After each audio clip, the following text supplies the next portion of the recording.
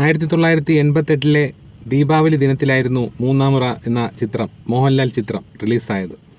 ഏറെ പ്രതീക്ഷകളോടെ ആരാധകർ കാത്തിരുന്ന ഒരു ചിത്രമായിരുന്നു മൂന്നാമുറ. അതുകൊണ്ട് തന്നെ ആ ചിത്രം റിലീസായ ദിവസം റിലീസായ തിയേറ്ററുകളിലെല്ലാം അത്ഭുതവഹമായ ജനസമുദ്രമായിരുന്നു. മൂന്നാമുറ എന്ന ചിത്രം റിലീസായ ദിവസം തൃശ്ശൂരിലെ ജോസ് തിയേറ്ററിൽ തിക്കിലും തിരക്കിലും പെട്ട് ഒരാൾ മരിക്കുകയും 15 പേർക്ക് പരിക്ക് പറ്റുകയും ചെയ്തിരുന്നു. 1998 റിലീസായ ചിത്രങ്ങളിൽ ഏറ്റവും കൂടുതൽ കളക്ഷൻ നേടിയ ചിത്രവും മൂന്നാമുറയായിരുന്നു. അതുപോലെ തന്നെ ഒന്നാം ദിന കളക്ഷനിൽ ഏറ്റവും കൂടുതൽ കളക്ഷൻ നേടി റെക്കോർഡിട്ട ഒരു ചിത്രവും കൂടിയായിരുന്നു മൂന്നാമുറ. 1988 ഈ മൂന്നാമുറ റിലീസായ ദിവസം തിരുവനന്തപുരം ശ്രീകുമാർ തിയേറ്ററിൽ ഞാൻ മൂന്നാമുറ കാണാൻ എൻ്റെ സുഹൃത്തുക്കളോടൊപ്പം പോയിരുന്നു.